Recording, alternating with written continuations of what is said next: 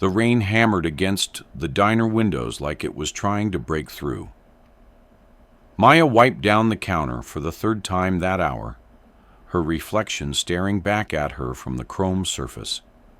Tired eyes, worry lines deepening around her mouth. 28 years old, and she looked 40.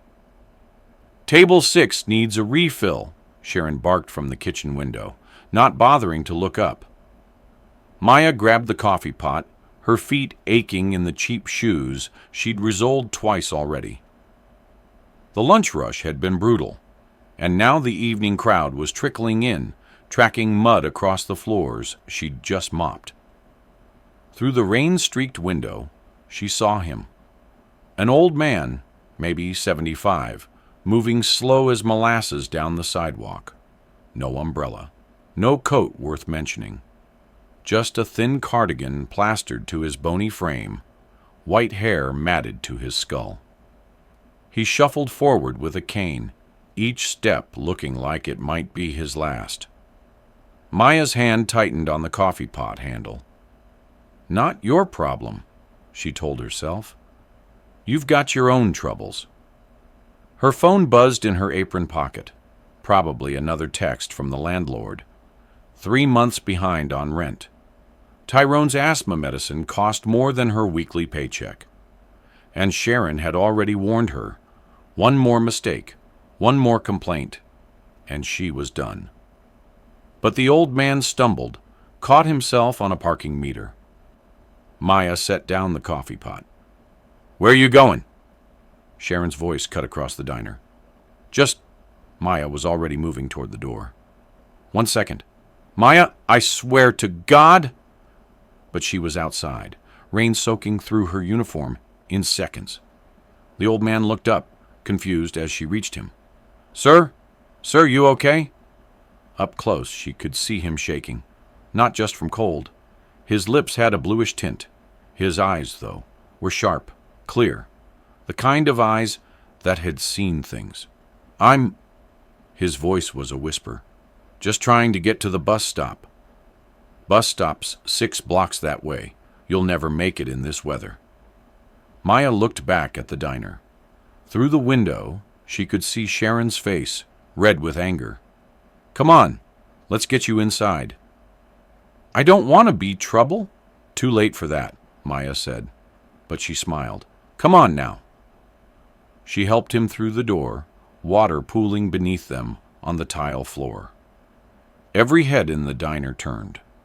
Maya felt their eyes, some curious, some judgmental. She knew what they saw. A black waitress bringing in some white homeless man, dripping all over everything. "Maya!" Sharon stormed from behind the counter. "What the hell?" "He just needs to warm up," Maya said quickly. "Just for a minute. Please." Sharon's jaw worked like she was chewing nails. The diner owner, Mr. Patterson, had been clear. No loitering, no handouts. This was a business, not a charity. "1 minute," Sharon hissed.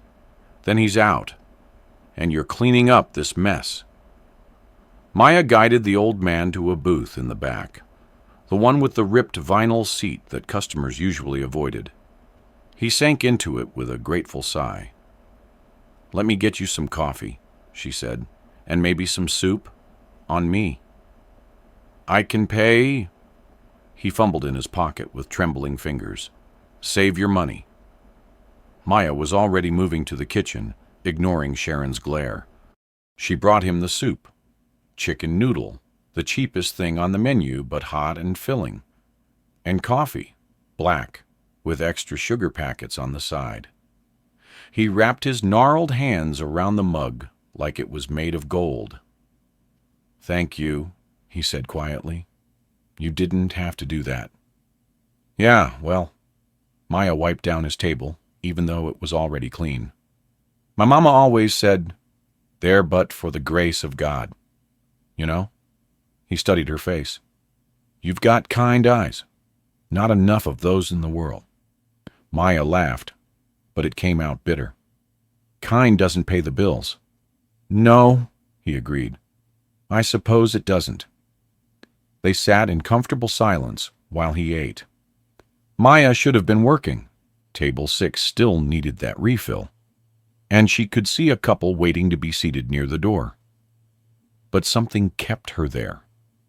Maybe it was the way he held his spoon, with a dignity that shouldn't have been possible for a man who'd just been drowning in the rain. Maybe it was the loneliness in his eyes, a loneliness she recognized. "I'm Arthur," he said finally. "Arthur Morrison." Maya Johnson. "Well, Miss Johnson, you may have saved my life today." "Oh, I don't know about that." "I do." His voice was firm now, stronger. "I know exactly what hypothermia looks like. Another 30 minutes in that rain." He shook his head. "You have a good heart." Maya's throat tightened. When was the last time someone had said something like that to her? When was the last time anyone had seen her as more than just the help? "Maya!" Sharon's voice cracked like a whip. "Those tables aren't going to serve themselves." "I should go," Maya said quickly, standing up. "You finish your soup. Take your time." Arthur reached out, his hand catching hers for just a moment. His skin was paper thin, spotted with age, but his grip was surprisingly strong. "Thank you," he said again. And the way he said it, it wasn't just about the soup. Maya squeezed his hand back, then hurried to her other tables. The dinner rush picked up. Maya moved on autopilot, taking orders, delivering food, forcing smiles for customers who didn't see her, didn't thank her, left quarters for tips on $30 checks. She was used to it. The invisibility, the casual disrespect. The woman at table 8 who called her girl, even though Maya was old enough to be her contemporary. The man at table 3 who let his eyes linger on her body in a way that made her skin crawl. But she smiled. She always smiled. Because she needed this job. Because Tyrone needed his medicine. Because her mama's nursing home bill was due next week. An hour passed, then 2. When she looked back at Arthur's booth, he was gone. The bowl and coffee cups sat empty, neatly stacked, and beneath them, 5 $20 bills, far more than the meal cost. Maya's hand shook as she picked up the money. $100. $100 she desperately needed. But something about it felt wrong, like charity, like pity. She almost ran after him, to give it back. But Sharon was watching, and the evening rush was getting worse, and by the time Maya looked out the window, Arthur had vanished into the rainy night. The next morning started bad and got worse. Maya overslept. Her alarm hadn't gone off, or maybe she'd just been so exhausted she'd slept through it. She threw on her uniform, still damp from yesterday's rain, and raced to catch the bus. Tyrone coughed from his bedroom, that wet, rattling cough that kept her up at night. "Mama's gotta go, baby," she called through his door. "Miss Henderson will be here soon. You take your medicine, you hear?" A week. Okay, Mama drifted back. She made it to the diner 10 minutes late. Sharon's face was already thunderous. "Nice of you to join us. I'm sorry, Save it. Mr. Patterson wants to see you. Now." Maya's stomach dropped. Mr. Patterson never wanted to see employees unless something was seriously wrong. She followed Sharon to the back office, her heart pounding. Mr. Patterson sat behind his desk, a heavy-set white man in his 50s, with sweat stains under his arms, despite the cool morning. Next to him stood Travis Cooper, one of the line cooks, a guy who'd been hitting on Maya since her first day, and didn't take no for an answer gracefully. "Maya," Mr. Patterson's voice was flat. "Travis here says there's $50 missing from the till yesterday. Evening shift." "What?"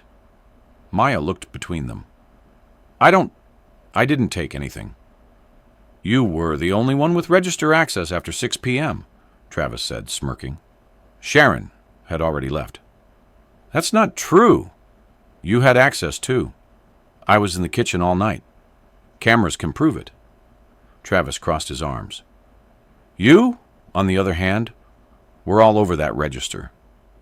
Because I was doing my job, Maya's voice rose. I didn't take anything. You bought that homeless guy food yesterday, Sharon said from the doorway. On the house, you said. Maybe you decided to help yourself to a little payment? He left me a tip. I didn't take $100 tip? Sharon's laugh was cruel. For a $4 bowl of soup? Come on, Maya.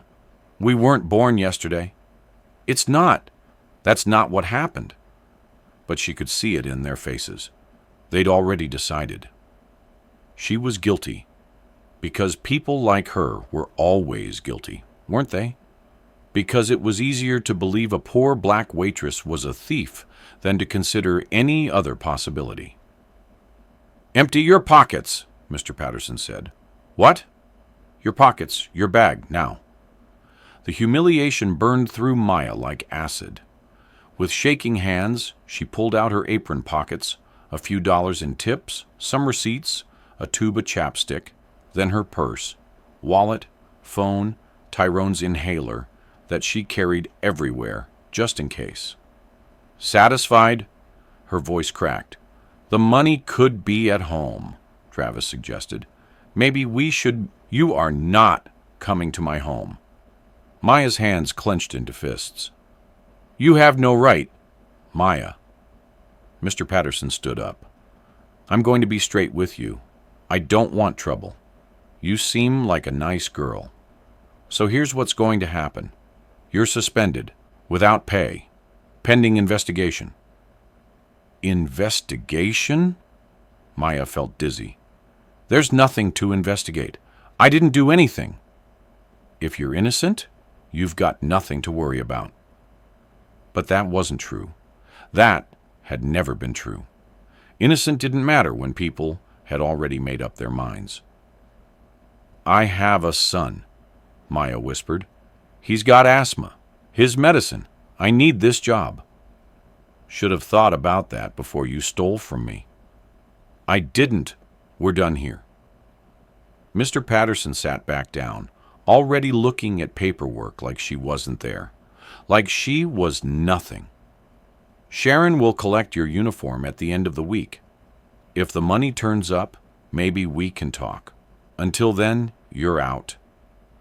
Maya stood there, her whole body shaking. This couldn't be happening. Not now, not when she was already drowning. Sharon grabbed her arm. Let's go. Don't touch me. Maya jerked away, but she walked out on her own, through the kitchen where the other cooks watched in silence, through the diner where customers stared, out into the parking lot where the morning sun was just burning off the night's rain. She made it to the bus stop before she started crying. Maya sat on that bench for a long time, trying to figure out what to do. Call a lawyer? With what money? File a complaint? Against who? And for what? She had no proof she was innocent. It was her word against theirs. And in her experience, her word never counted for much. She was about to head home when a car pulled up. A town car, black and shining, the kind that probably cost more than she made in 5 years. The back door opened. Arthur Morrison stepped out. But this Arthur looked different. He wore a tailored suit, charcoal gray. His hair was neatly combed. He stood straighter, the cane in his hand looking less like a necessity and more like an accessory. Behind him, a younger man in a chauffeur's uniform waited by the car. Maya stared. Miss Johnson, Arthur said, walking toward her. I hoped I'd find you here. What? She wiped at her face, trying to hide that she'd been crying. Mr. Morrison, I came to thank you properly for yesterday. He stopped a few feet away, his sharp eyes taking in her red eyes, her defeated posture. "But I can see something's wrong." Maya laughed, but it came out like a sob. "You could say that." "Tell me." And maybe it was because she had no one else to tell. Maybe it was because he'd called her kind yesterday, had seen her as a person when no one else did. Or maybe she was just so tired of carrying everything alone. So she told him. About the missing money. About Travis and Mr. Patterson. About being suspended. About losing the only income she had. About Tyrone's medicine and the rent, and the crushing, suffocating weight of it all. Arthur listened without interrupting. When she finished, he was quiet for a long moment. "This Travis," he said finally. "He's been inappropriate with you before, hasn't he?" Maya's head snapped up. "How did you—" "I'm old, Miss Johnson. Not blind." Arthur's jaw tightened. "I saw how he looked at you yesterday when I was sitting in that booth. How he tried to corner you by the kitchen. You rejected him, I assume? Multiple times. Then this isn't about money at all." Arthur's voice went cold.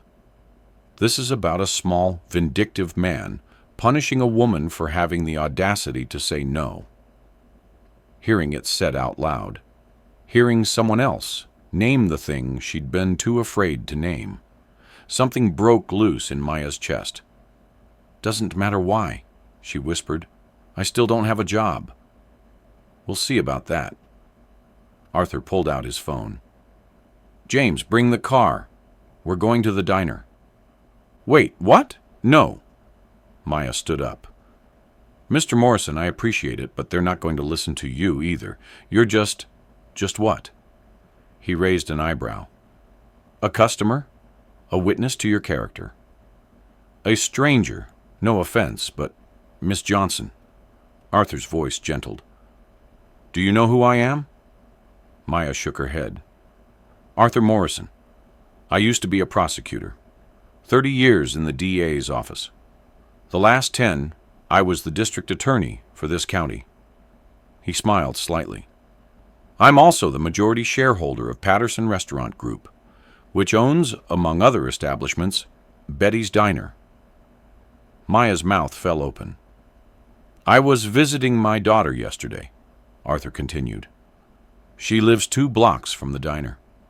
I'd walked over, like I always do. Keeps me young. But the rain came faster than I expected, and I'm not as spry as I used to be." He looked at her steadily. "You saved me from a very bad night, Miss Johnson. Possibly saved my life.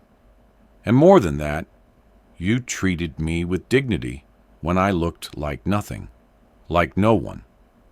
I don't understand. If you own the restaurant, why didn't you say—" "Because I wanted to see how your manager ran things, how employees were treated, whether my investment was in a business with integrity." His expression hardened. "Seems I have my answer." The diner was in mid-morning prep when they walked in. Sharon looked up from counting receipts, her face going from annoyed to confused to pale in the space of 3 seconds. "Mr. Morrison?" "Sharon." Arthur nodded curtly. "Get Mr. Patterson and Travis. Conference room. Now." "Sir, I don't—" "Now." 5 minutes later, they were all crammed into the back office. Mr. Patterson had gone the same shade of white as his shirt. Travis looked between them, cocky smile faltering. "Mr. Morrison," Mr. Patterson stammered. We didn't know you were coming. If we'd known—" "If you'd known, you'd have what? Hidden the corruption?" Arthur sat down, Maya standing behind him. "Miss Johnson, here, tells me she's been suspended for theft." "Yes, sir. $50 missing from the till. She was the only one." "She was not the only one." Arthur's voice cut like a blade. "Travis here had access as well. As did you, Mr. Patterson. As did Sharon. But you chose to accuse Maya. Why is that?" Silence. Could it be, Arthur continued, because Travis has been sexually harassing Miss Johnson for months, and when she rejected him, he decided to retaliate? Creating a false accusation to cost her her livelihood? Travis's face went red. Don't lie to me, son. I spent 3 decades putting people behind bars. I know a liar when I see one. Arthur leaned forward. Here's what's gonna happen. Travis, you're fired. Effective immediately. Mr. Patterson, you're going to personally apologize to Miss Johnson for this accusation and reinstate her with full back pay. And Sharon? He turned to the manager, who looked like she wanted to disappear into the floor. Sharon, you're going to undergo mandatory training on workplace harassment and discrimination. Because this? He gestured around the room. This is exactly the kind of toxic environment I will not tolerate in any business I'm associated with. But, sir, Mr. Patterson started, but nothing. Travis, get out. The rest of you, I suggest you think very carefully about how you treat your employees going forward, because I will be checking in. Frequently. Travis stood up, his face twisted with rage. This is bullshit. You're going to believe some lying? Arthur stood so fast his chair fell over. For a moment, he looked every inch the prosecutor who'd commanded courtrooms for 30 years. Finish that sentence, Arthur said softly, and I will personally ensure you never work in this town again. Try me. Travis's mouth snapped shut. He stormed out, slamming the door hard enough to rattle the walls. Mr. Patterson. Arthur's voice returned to its normal tone. The apology? Mr. Patterson turned to Maya, his face slick with sweat. Miss Johnson, I apologize. There was clearly a misunderstanding. You're reinstated, with back pay, and a raise, 10%. 20, Arthur said, 20% raise. Of course. Maya couldn't speak, couldn't move. This couldn't be real. Things like this didn't happen to people like her. There was always a catch, always another shoe waiting to drop. Miss Johnson, Arthur turned to her, is this satisfactory? Her voice came out as a whisper. Yes, thank you. Don't thank me. You earned this by being excellent at your job and having the courage to show compassion to a stranger. He picked up his cane. Now, if you'll excuse me, I have lunch plans with my daughter. But Mr. Patterson, I'll be sending my assistant by tomorrow to review your employee files and security footage. Let's make sure there are no other misunderstandings we need to address. Yes, sir. Of course, sir. Arthur walked to the door, then paused. Oh, and Maya, when you get off your shift today, stop by my office. He pulled out a business card.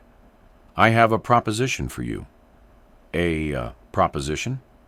I run a foundation. We provide legal assistance to people who can't afford lawyers. People facing exactly the kind of injustice you almost faced. He smiled. We need good people. People who understand what it means to struggle, to be dismissed, to fight for dignity.